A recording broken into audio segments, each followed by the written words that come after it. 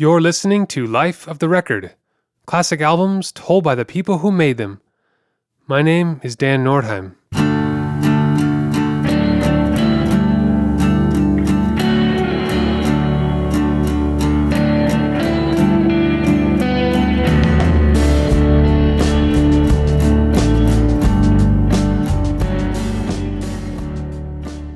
L7 formed in Los Angeles, California in 1985 by Donita Sparks and Suzi Gardner. Jennifer Finch joined on bass, while Roy Kutzke played drums initially. Their self-titled debut album was released by Epitaph Records in 1988. Dee Plakis took over on drums as the band signed with Sub Pop and released Smell the Magic in 1990.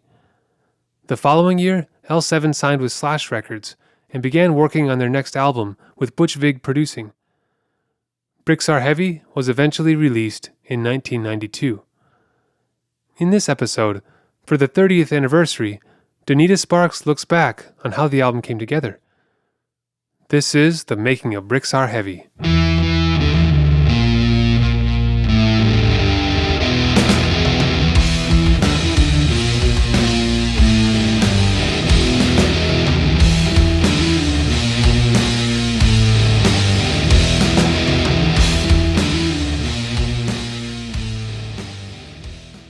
This is Donita Sparks of the band L7, and we're going to be discussing our 1992 album, Bricks Are Heavy.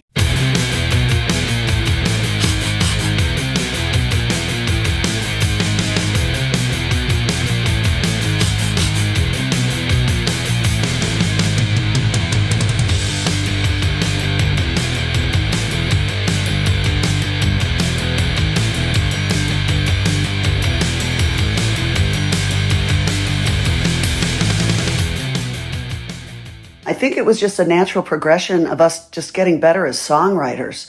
You know, when we were first out, we just wanted to barnstorm it, you know, and just be loud and brash and aggressive. And our songs were good, but they, you know, like our Sub Pop album, we were getting pretty good. Our first album, we could have used a few more years as songwriters before we made our first album with Epitaph. But I just think that by the time we got to Bricks Are Heavy, we were progressing as songwriters. We liked our relationship with Sub Pop a lot, but we felt like we wanted to have wider distribution.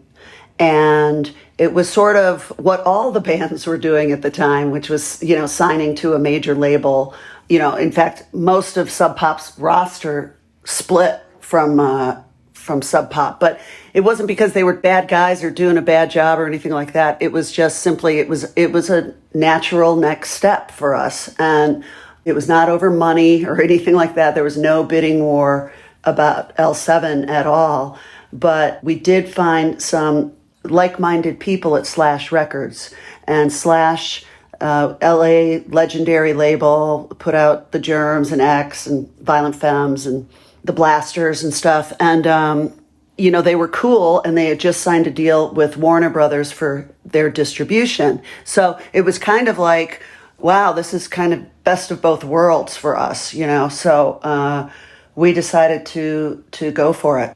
I had no problem going from the underground into the mainstream. I thought it was cool. I wanted to get our message out. I wanted to be an inspiration to kids who are stuck in the suburbs, who were getting picked on and, you know, felt alienated and isolated. I liked getting on TV, on MTV, on David Letterman, whatever it was, just to, you know, hey, you're not alone out there. We were alone too. And, you know, that kind of thing. Some people just felt that major labels were corporate and they didn't like them and whatever. But, you know, I'm glad that the Beatles were on a major label. I'm glad I heard the Beatles. I'm glad I heard their message. I mean, what the fuck? You wouldn't hear the Doors. You wouldn't hear, you know, a lot of bands that had cool stuff to say. And, you know, the Rolling Stones, they were all on major labels. And even the underground cool bands, Blondie, all of them, they were on major labels. You know, the Ramones. I have no problem with that.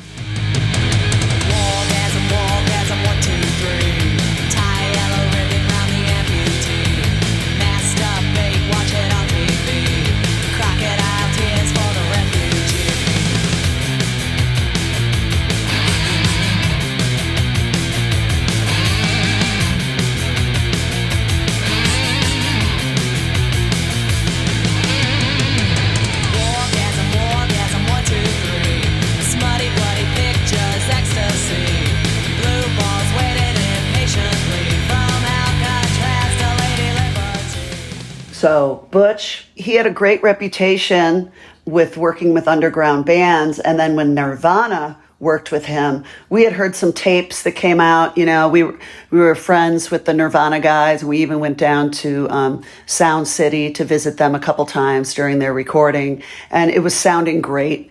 And we just thought that Butch was our guy. We were basically following in the wake of Nirvana with that, and we were lucky to meet Butch, and he liked our stuff, and we got along well as people. We spent, I don't know, about 3 days at Sound City doing drums. Butch loved the drum sounds at Sound City. It's a huge drum room. So he wanted to do the drums there, which is what we did. And then we all went to the frozen tundra of Madison, Wisconsin to do the overdubs. The band stayed in a house that Butch had rented for us. And that's where we stayed while we made the rest of Bricks Are Heavy at Smart Studios. So Butch lived in Madison. His studio was in Madison. Yeah, we just went there for financial reasons. We didn't have the budget to record it all at Sound City.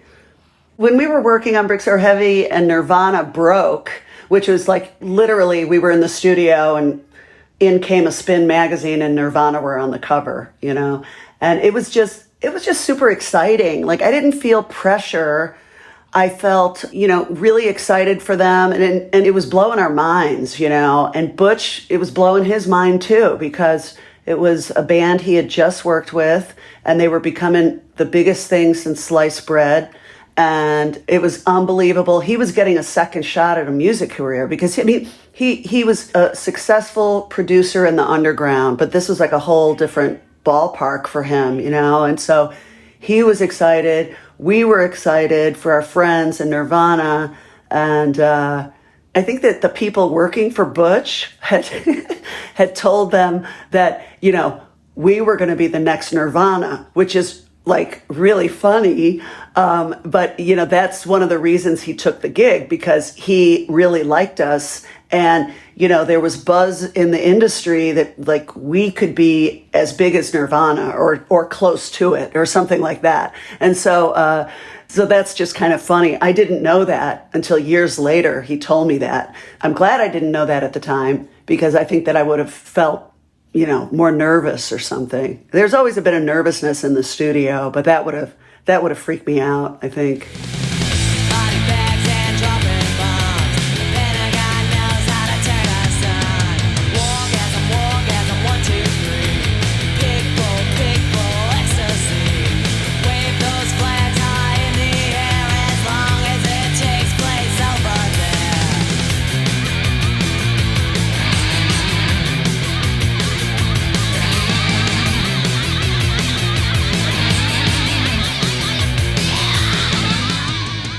I, at the time, was listening to Plastic Ono Band's Sometime in New York City, I think is the name of it.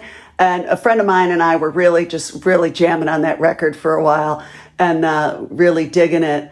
So I was like, oh man, I'd love to sample Yoko for Wargasm, because her vocals are so passionate and so just off the rails in expressiveness. And we reached out to her to see if we could use that. And she said yes. And then my management said, hey, Yoko Ono's going to call you. She wants to talk to you. And I was just like, what? I was like, oh my God, like, what am I going to say to Yoko Ono, And she called me, and I was pretty nervous, and I didn't have much to say. And I said, I'm sorry, I'm not talking that much. I'm kind of nervous. And she was just very cool and very supportive of our band and what we were doing, and she had encouraging things to say, and it was cool getting the nod from her. And she liked the lyrics, and she thought it was a cool song. Even beginning with Smell the Magic, we were getting a little more specific in our songwriting. At least I'm talking from my stuff anyway. I was getting a bit more specific on who or what I was writing about. It was going from kind of more abstract things that I thought I should be writing about, to stuff I really wanted to write about. Wargasm was just something, we were going to war with, I guess it was Desert Storm. I don't know which one it was. It was like the first George Bush president was going to war. And so we were all of a sudden in war again. And it was like, what the fuck, So that was based on that, and I didn't know that this country was in for like so many more decades of war. It seemed like war was kind of a thing of the past when Vietnam ended, and then all of a sudden we were in a war again. And it was like, oh my God, what? So that was very specific about it. But, there are some humorous lines in there that are darkly humorous in a way.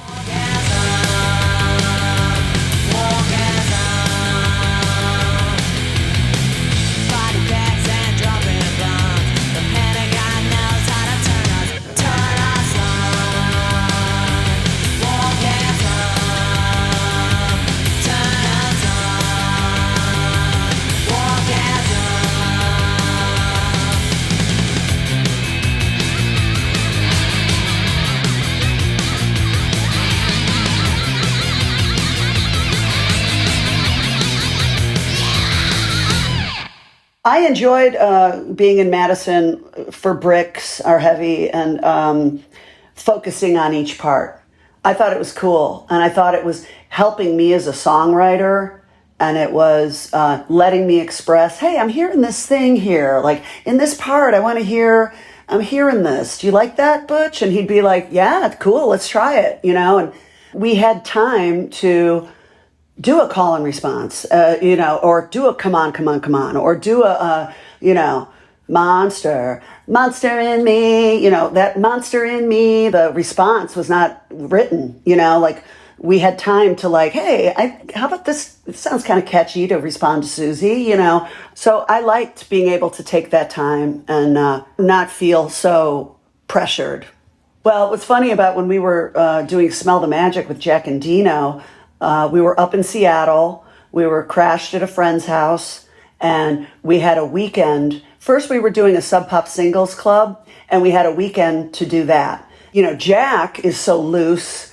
I had a speaker broken on my amp that was rattling. I had like a 2-speaker cabinet, and one of the speakers was rattling and broken.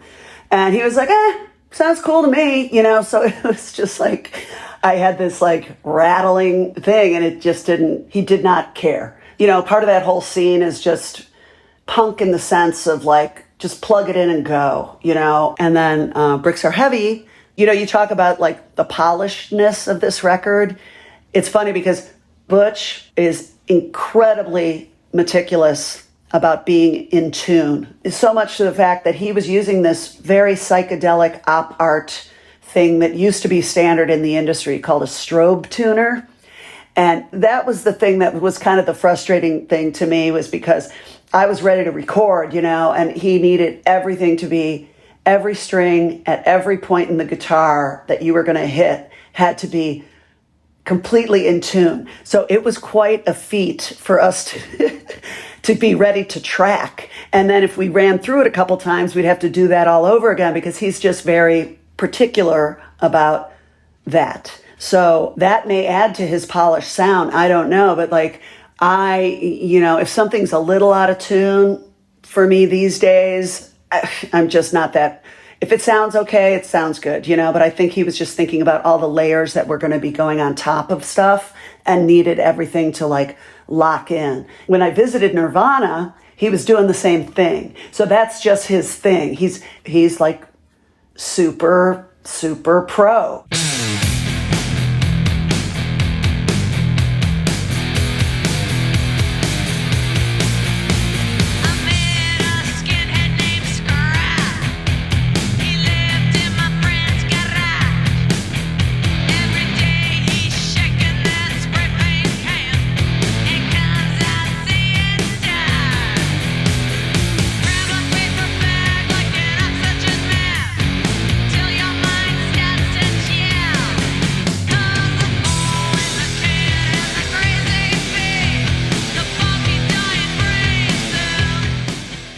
Scrap was written when we were recording our very first album at Epitaph.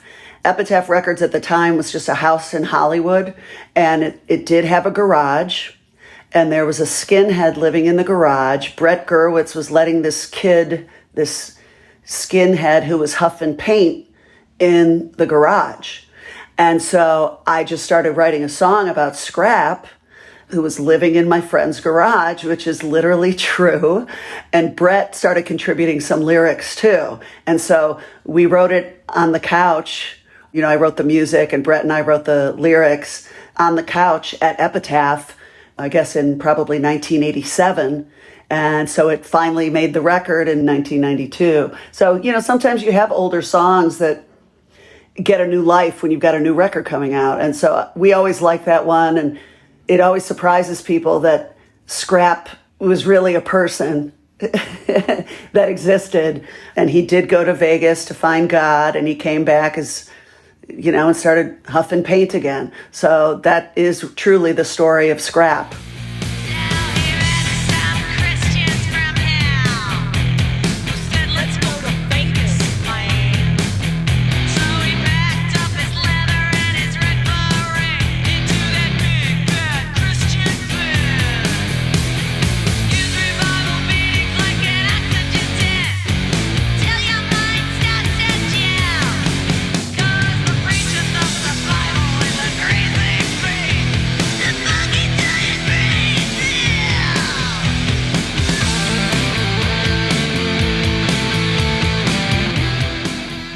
I hope Scrap is still with us, because he was a sweet kid.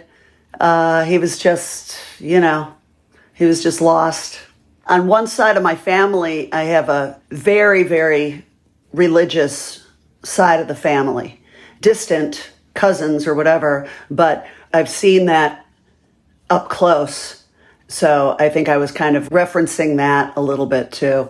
Like the line, use revival meetings like an oxygen tent till your mind starts to gel, because the preacher thumps the Bible with the crazy beat, the funky dying brain cell. I was comparing the paint huffing to also the dying brain cells within that revival tent. You know what I mean?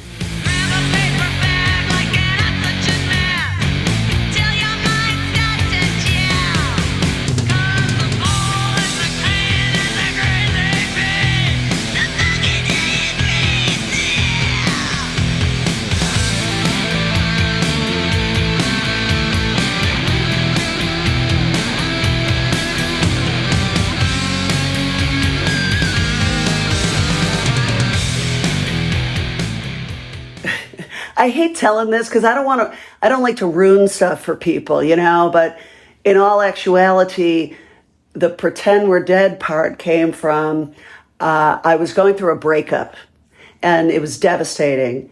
And I just had to tell myself, okay, I've just got to pretend that this person's dead. And it's not like I wanted that person dead. I was just like, it was the only way I could cope, to stop focusing on and obsessing over thinking about what this person was doing, So it was like, okay, I just have to pretend they're dead. I just have to pretend they're dead for my own sanity. And I was like, pretend they're dead. I'm not going to write a song about that, but pretend we're dead. I like that.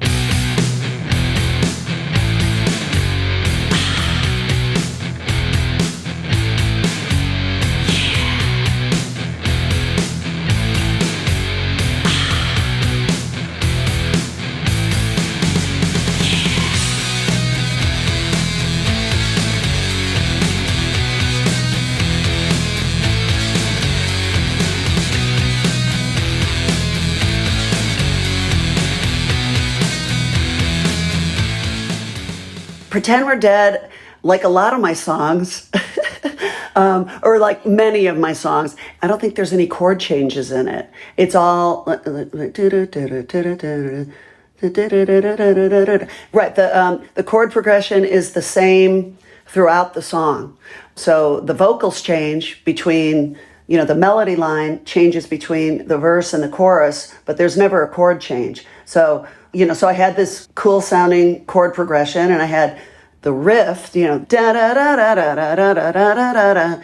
I had that, and I had the chord progression. And usually with the way we write, we usually have the music first, and then the lyrics are written to that. And so when we pretend that we're dead, and so that came into my head. And then, so I had the chorus, and then I kind of wrote I was like, okay, pretend we're dead. That's like apathy, right? So like, okay, I'm going to write a song about apathy, because that was another thing I was struggling with at the time, because it was so frustrating, because like a lot of people my age, they didn't even vote, so it was just, and I've always been raised to be kind of a bit of an activist and stuff, and it was just, it would frustrate me that people, who I thought were really cool and stuff didn't even vote. And I thought it was like, what the fuck, man? That's like the least you can do, So it was about apathy. What's up with what's going down in every city and every town?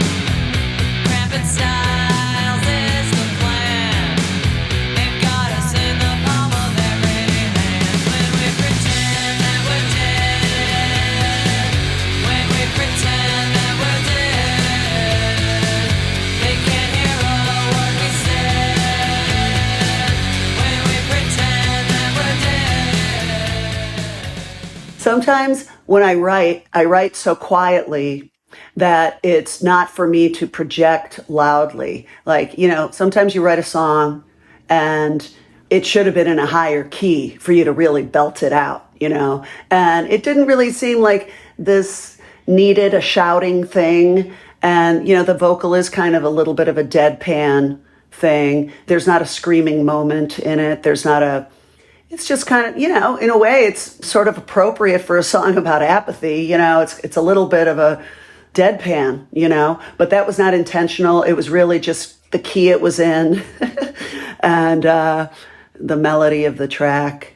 We would record, and then I'd get a cassette to listen to at night back at the house.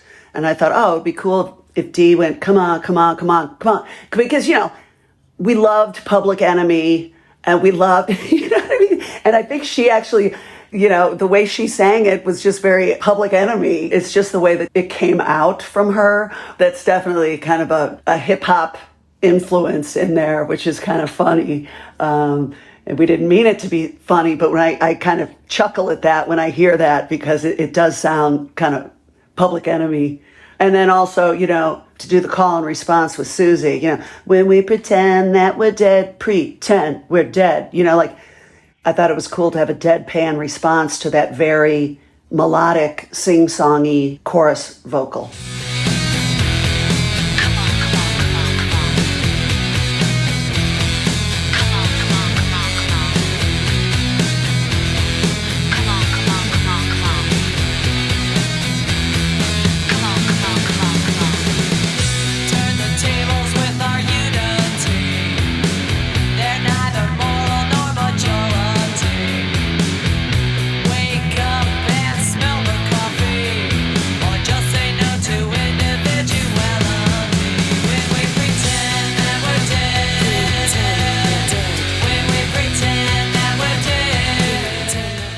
If it's more pop, it's not Butch's fault or to Butch's credit that much. I mean, true, Butch did encourage us to be hooky and melodic, and he definitely thought Pretend We're Dead was hooky, and he liked the title a lot. He thought it was evocative of a lot of things. He thought it was a cool title. He liked it a lot. Sometimes it's kind of like, ahead of time, hey, that might be a single, or that might be, and it doesn't always work out that way. But with this one, it did pretty much work out that way. Like, it was the first thing he latched on to. But he gave each song on this record the loving attention that it deserved. And every song turned out cool. And a lot of them sound hooky and poppy. And I mean that in the best sense. I love bubblegum. I prefer catchier stuff than to really heavy stuff. I mean, I like that too, but I've always had that side, which I think I repressed a little bit. Another thing that's kind of interesting about Pretend We're Dead, Butch and I were just remastering it with Howie Weinberg, the guy who originally mastered it, because we're putting out a 30th anniversary of this album. But we were listening to Pretend We're Dead in the mastering studio, and I was like, it's so funny how the riff, the da da da da da da da da da da da, sounds like it's a synthesizer. But it was not a synthesizer. We just had so many pedals on it that it didn't even sound like a guitar anymore. It sounded fuzzed out, but also kind of synthed out. And it's just very funny because it is indeed a guitar.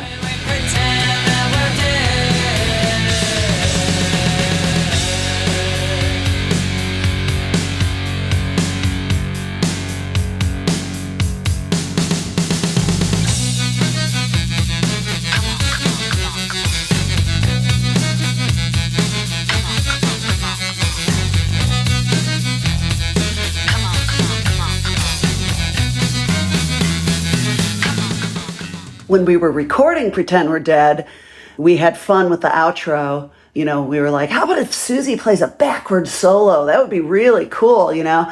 And like playing a backwards solo is much more difficult than you think it is, because first she had to write something that would sound good backwards and then learn how to play it backwards, and then Butch played it backward. You know what I mean? It's not that easy. You think George Harrison, it was a breeze, but it probably wasn't even a breeze for George Harrison or whoever played backward solos. But yeah, so we decided to get it like psychedelic sounding at the end with that backwards solo.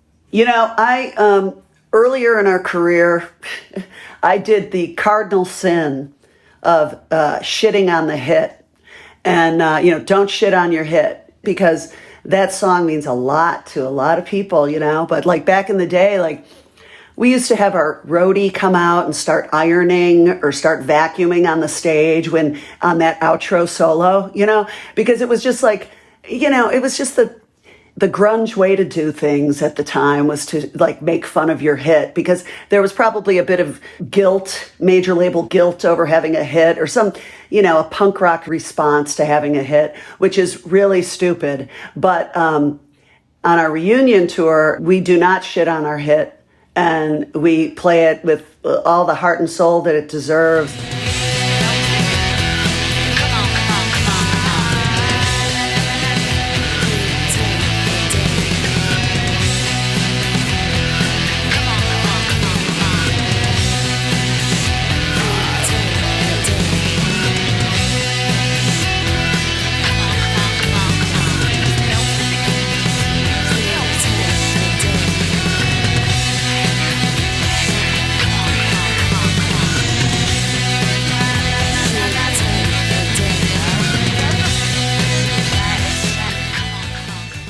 It is a generational anthem for sure, and I can see it in the audience faces, and it's like, we treat it with a lot of respect these days.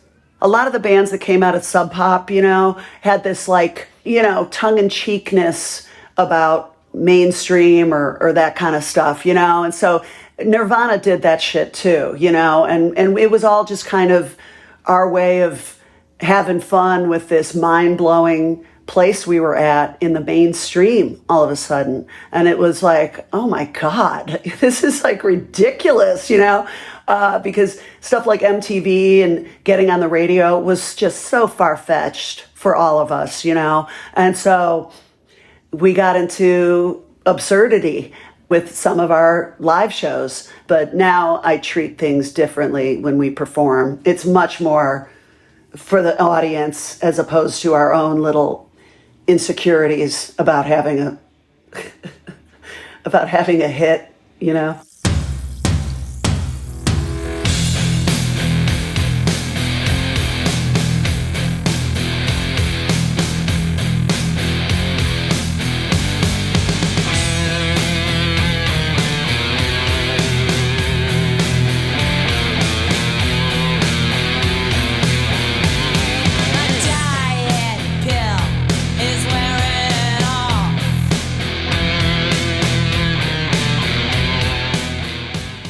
Well, I heard a story about a country artist who told a story that he was abusing his wife, and his wife hit him with a frying pan when he was sleeping.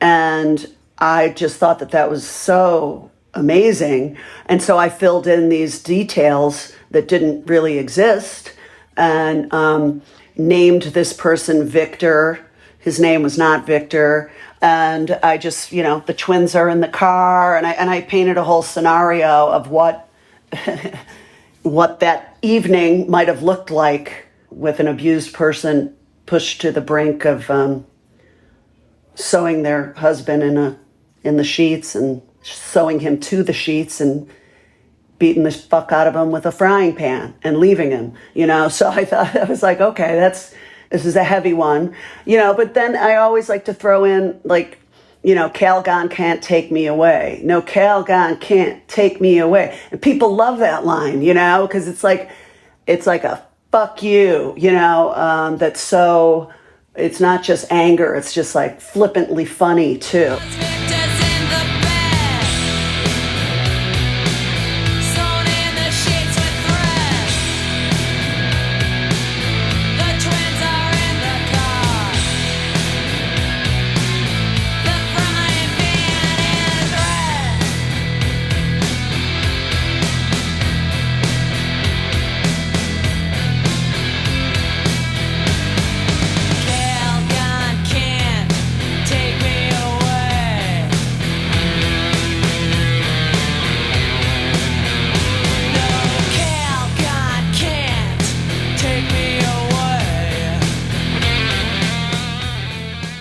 Well, I dig the heaviness of it, and Suzi digs the heaviness of it. Her leads on this really fit. They're very menacing. She did a great job with that. Well, I've always been a feminist, and I don't like anybody being abused. And, listen, I think a lot of fans and a lot of people in general have been abused or have witnessed abuse in their own homes. And, I think they can really get behind this song, the imagery of a person who can sew and who can cook with a frying pan, it's very yes, it is this domestic situation, uses the tools of her domestic responsibilities as her weapons. And that is cool.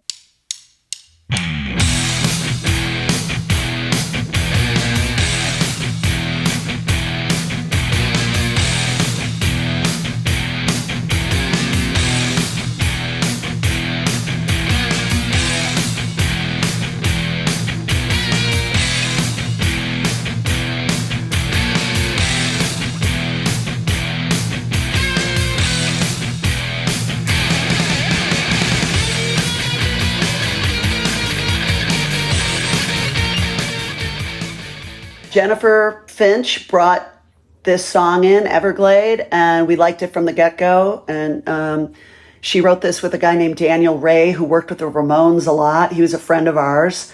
We liked this song a lot. I play lead on this one. The way we've been playing it during the reunion, and even back in the day, we play it a little more stripped down. And if we're going to be performing this record front to back, I've got to learn a lot a lot more parts on this for the intro, in particular, what the lead guitar is doing on that. I kind of blew that off and got lazy with it and just stuck to the bar chords. But now I'm going to have to fill in those gaps with my own noodling at the top of that song.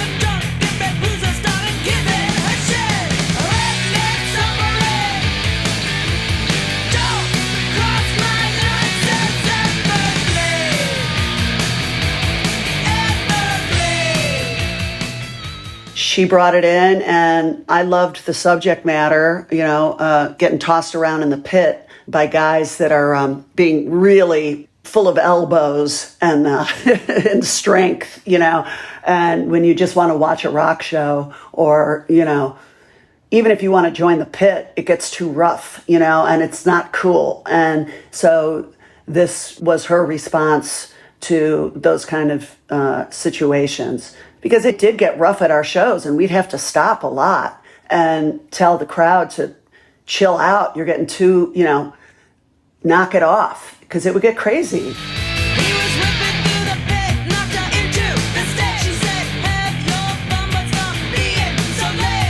guy was drunk, stupid, and he must have weighed a ton. Said, get out of here, Gurney.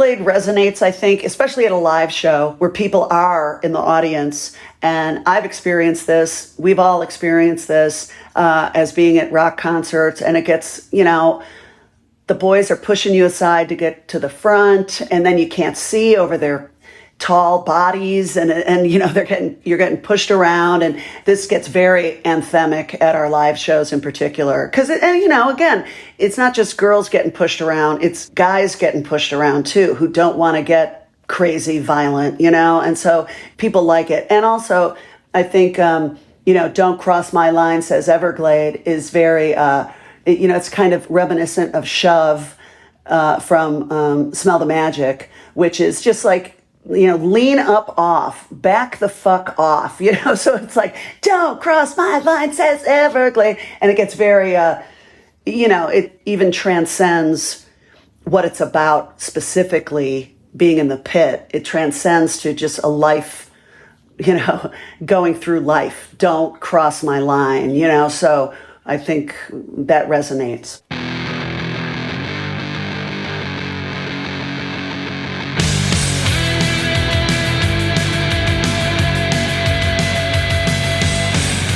Put your stuff out on the porch. Let me slide. You piss in your pants and put out the torch. Let me slide. You splatter the bell with your hair dye. Let me slide. I'm a kicking you out and you know why. Suzi and I had a riot writing Slide because it's about our ex-lovers. And it's all true. Every line is true. And we just had a blast writing this because all those incidents actually happened. It was just really, really fun. Each line is about, this person or that person. And people just can't believe like some of this stuff, but it's all true. You pissed in your, we had this was actually an ex-roommate of ours, a guy who would come home. He was a friend of ours, and he would pass out in the kitchen, piss himself while blasting Motorhead at like top volume. Like, we'd get home from like being in a club, and there would be so-and-so down on the floor in a puddle of his own piss with Motorhead blaring on repeat. When you could make an album repeat again and again and again, so the neighbors were like listening to Motorhead blasting at like 2 a.m, to this guy passed out in his own urine. But that was true. And you splattered the bathroom with your hair dye. That was true. You stuck your cane right through my amp. That's true. All that stuff is true.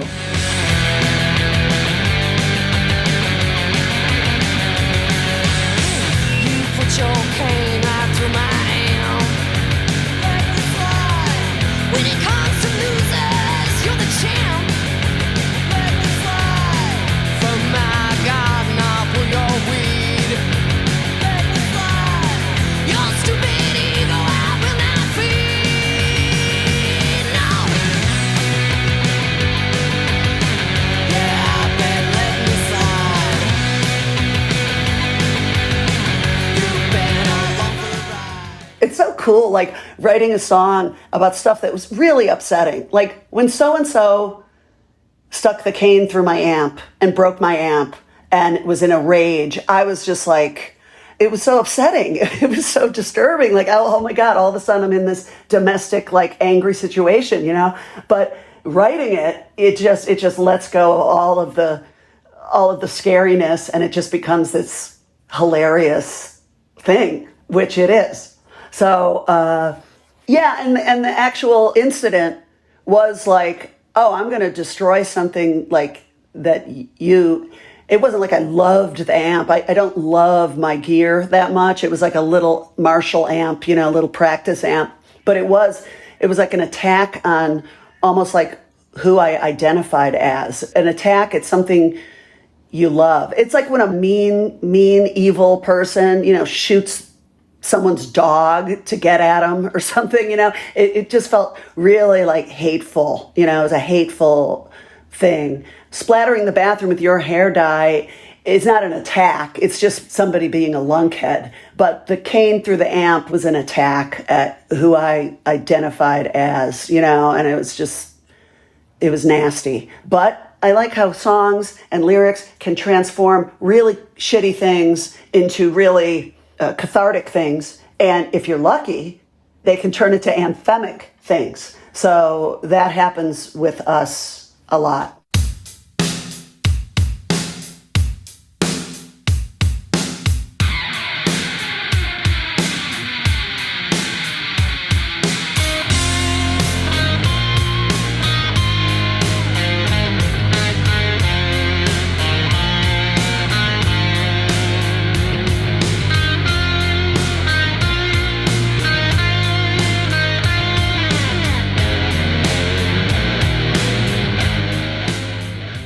Jennifer brought this in. She brought in One More Thing, and I loved it. I loved it for its simplicity. I think the recording of it is great, and I think her vocals are great on it. And Suzi plays near, near, near, near, near, near, down, down, down, down, and then I play the other little ditty, do do do do do do. And who plays the lead on that? Damn it!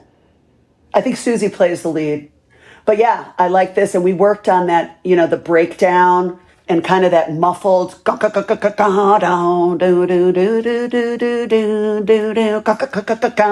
I kind of brought in that muffled metal part on the rhythm guitars, so that I think helped give it a bit more dynamics on the arrangement. Yeah, and that one I like a lot. That's one of my favorites on the album. I just about had enough.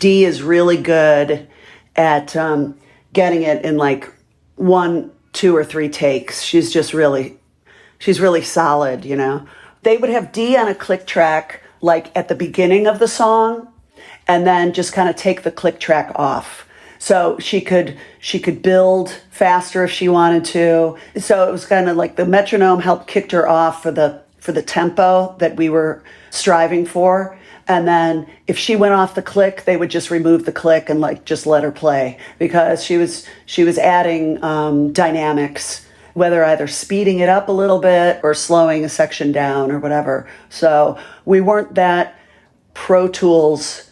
I don't think we had Pro Tools then. There wasn't as much stress for a click track as kind of sometimes there is these days.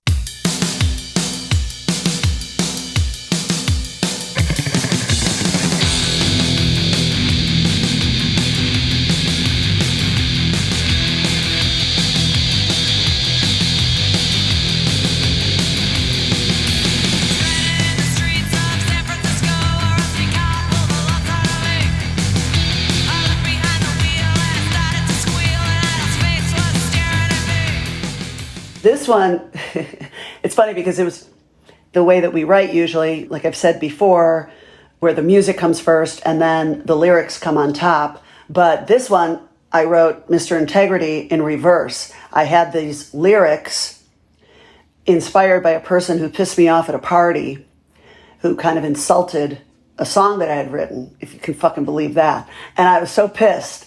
I was like, okay, fucker. And I wrote this song. But this person said to me, oh, now you're on Slash. Maybe you can write more songs about cars. And I was just like, I didn't even know what he was fucking talking about. But I was like, in my mind, I was like, well, I like songs about cars and I like surf songs. And so I wrote this scathing, funny song about riding in a car with him through San Francisco to a surf beat. And that was my revenge at this this perceived insult from this person. And so that's what it's about. I was in San Francisco when this person said this to me at a party. And so I just took it to writing this really cool surf car song about somebody pissing me off. And I like it very much. I love Mr. Integrity.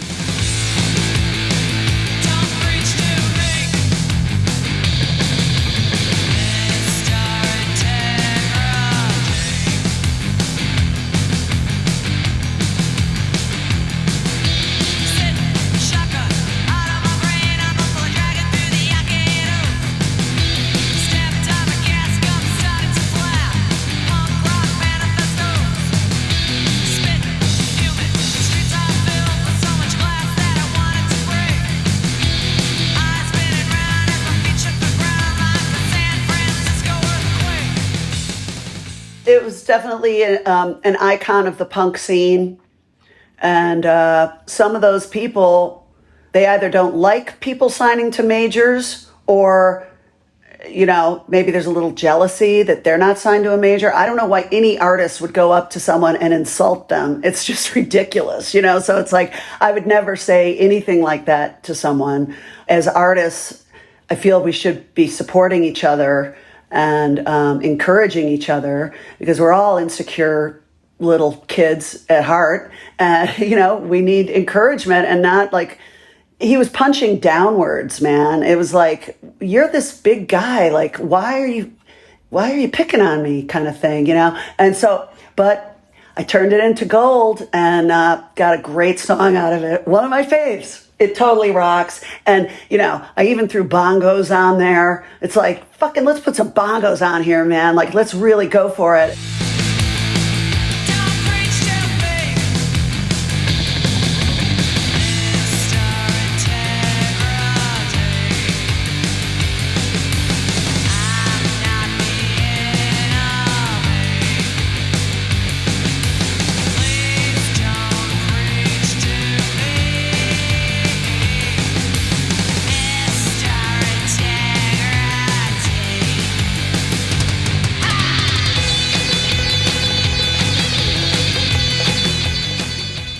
Seeing people that came up from our scene or whatever, seeing them in magazines and stuff, it was cool. I've always felt like I was in a community, you know, and I think maybe some other people didn't feel that, but I always felt it like, hey, this is cool. Like, we're all, can you believe it? Like, I mean, I would see White Zombie in a magazine and I would be thrilled, you know. I'd see Soundgarden in a magazine and I'd be thrilled. It was like, wow, man, this is crazy. Like, we've all graduated into these massive publications and these, this massive exposure. I thought it was cool. I never had a problem with that, other than shitting on my hit. But the other things I didn't have a problem with. I liked seeing my friends, all of us, getting the exposure that was cool.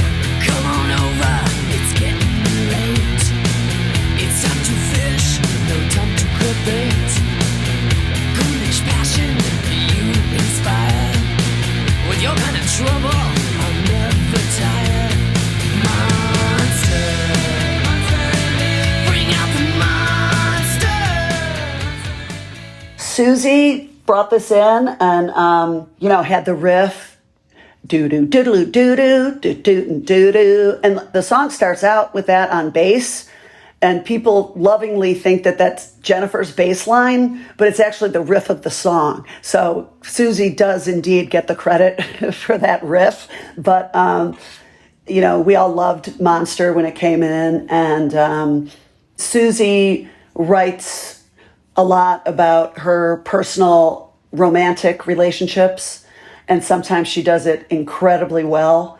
And it's a topic that I steer away from because I don't think I'm very good at it, but Suzi's good at it. That's her topic of lyric a lot. So Monster is somebody driving her crazy with passion, brings out the monster in her. So it's cool. I like that one a lot. It's got a great riff.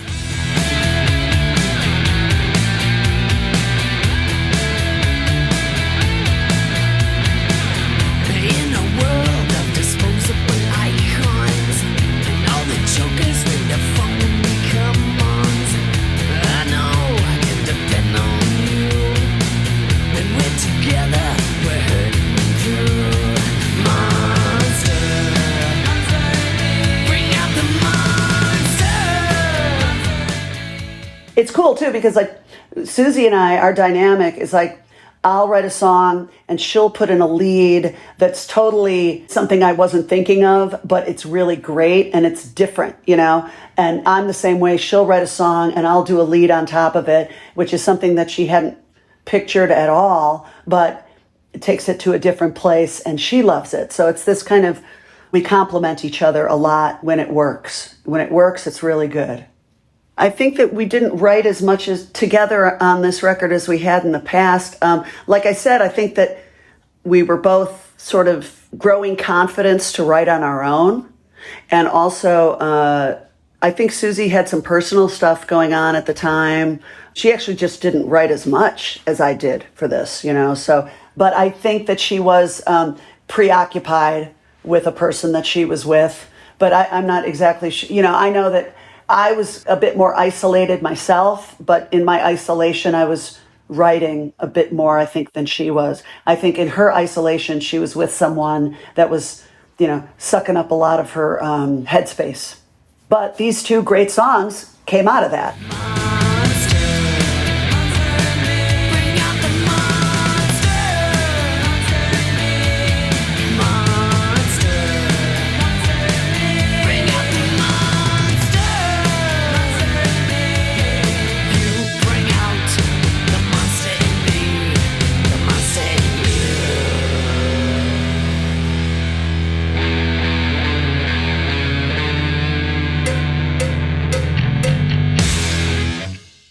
When we play Shitlist, like, it's on. It's like, that's a crowd pleaser for sure. It's just off the rails when we play that song live.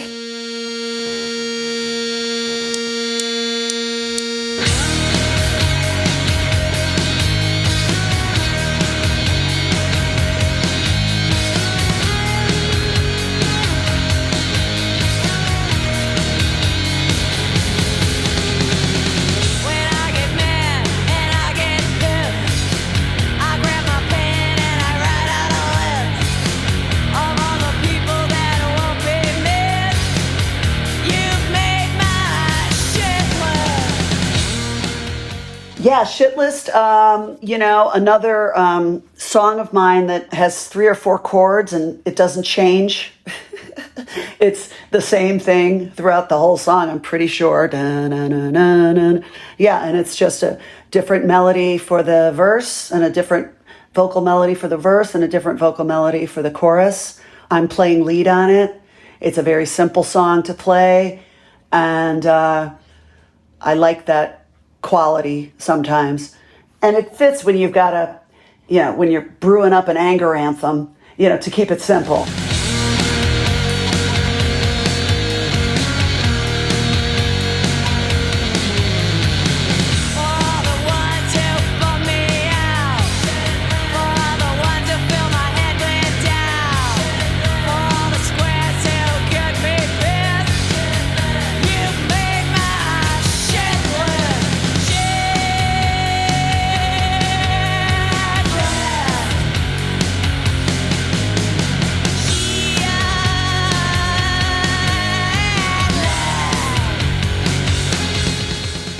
I didn't know it would be so anthemic when I wrote it, but I know that all the people that we were hanging out with at the time were really getting a kick out of it before it was released. If they heard it, if they heard us playing live or whatever, it was getting high praise from our dirtbag friends, lovable dirtbag friends, who were like, "Oh, Shitlist, man, that's good, So we had a feeling it would be a fan favorite.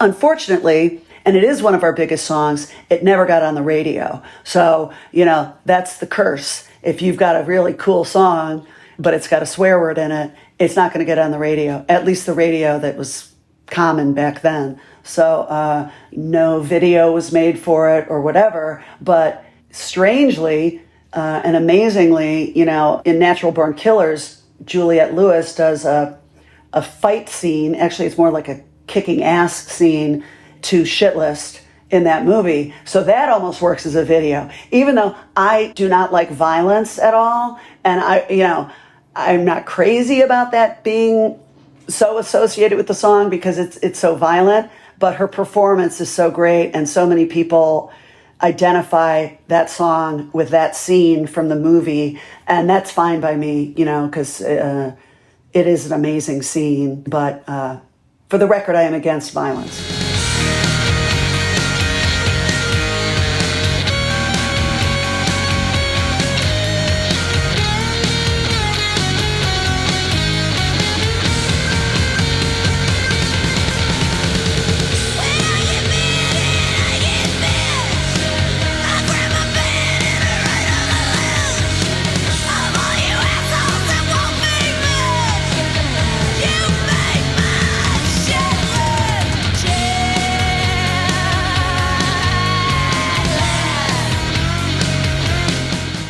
When I do jump the octave, it is insane. And when I do it live, it's really insane because people don't think I can still do it, but I do it. And I probably do it even better than I did on that recording because my voice, you can hear my voice starting to rasp out right now, you know? And like when you're on tour for a bit, you know, even just after a show or two, your voice starts to get raspy, right? And so when I hit that with this rasp, it just sounds insane. And it's, people are always kind of taken aback, especially people who have never seen L7 before. Like maybe people who are kind of new in my life, like new friends who were never really big rock fans or something. And they come to see L7. And when I hit that, they kind of chuckle because it is so shocking. But I can usually pull it off, you know, knock on wood.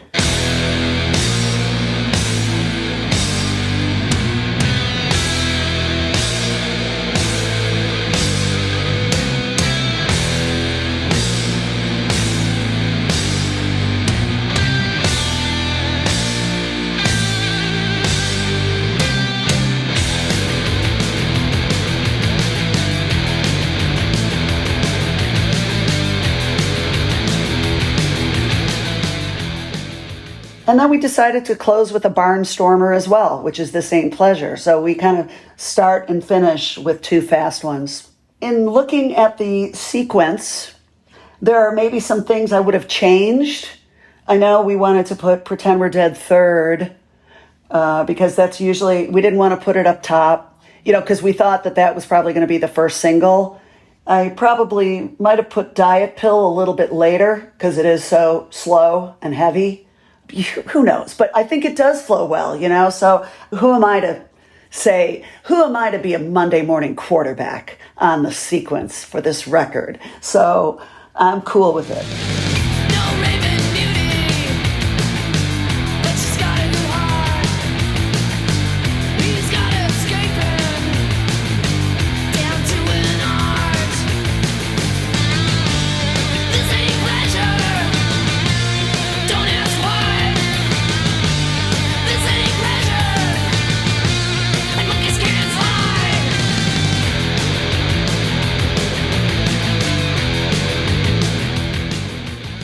This Ain't Pleasure has these different time signatures. And yeah, this one, you know, I think because of the different time signatures, it was, you know, kind of piece by piece a little bit. D, of course, played through the whole thing. I think probably for some of the changing rhythm sections, we kind of recorded those separately. I'm not sure. I can't really remember the recording of this one and how it went down, but I would imagine that that's kind of how we pulled it off at the time. We were really down to the line because it was approaching Christmas. And so we had to finish. And so by the end of our recording at Madison, we were using every available closet and room with different engineers finishing up all the overdubs, you know. So every corner of that studio was utilized just to finish. This ain't pleasure. Don't ask why. This ain't pleasure. And monkeys can't fly. Oh no.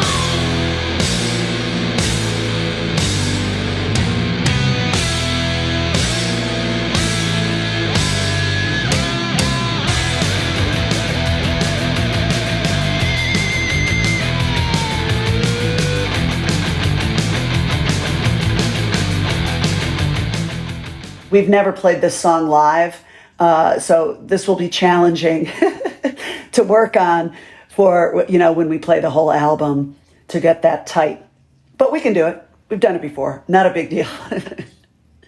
This album, Bricks Are Heavy, is probably our career peak. Not that I think it's our musical peak, but it was definitely our career peak. And we were getting on TV, and it was selling well, and we were hot shit. And, it was quite exciting and fun. We were loving it, and we thought there'd be more of it. And then it wasn't. We kind of plateaued at that space for a while, career-wise, and then started to go down. But it was a great ride. This album means a lot to people, and so it's highly respected in our camp. We appreciate that this was a generational touchstone for a lot of people, and I'm super proud of that. And I think, man, when people tell you that an album helped you get through their horrible teeny bopper years or teenage years, it's like, oh my God, how great, So we were even hearing from famous people who were, Shitlist was their anthem about dealing with assholes, So it felt really great. Yeah, it was a great ride. This ain't pleasure. Don't ask why. This ain't pleasure. And monkeys can't fly.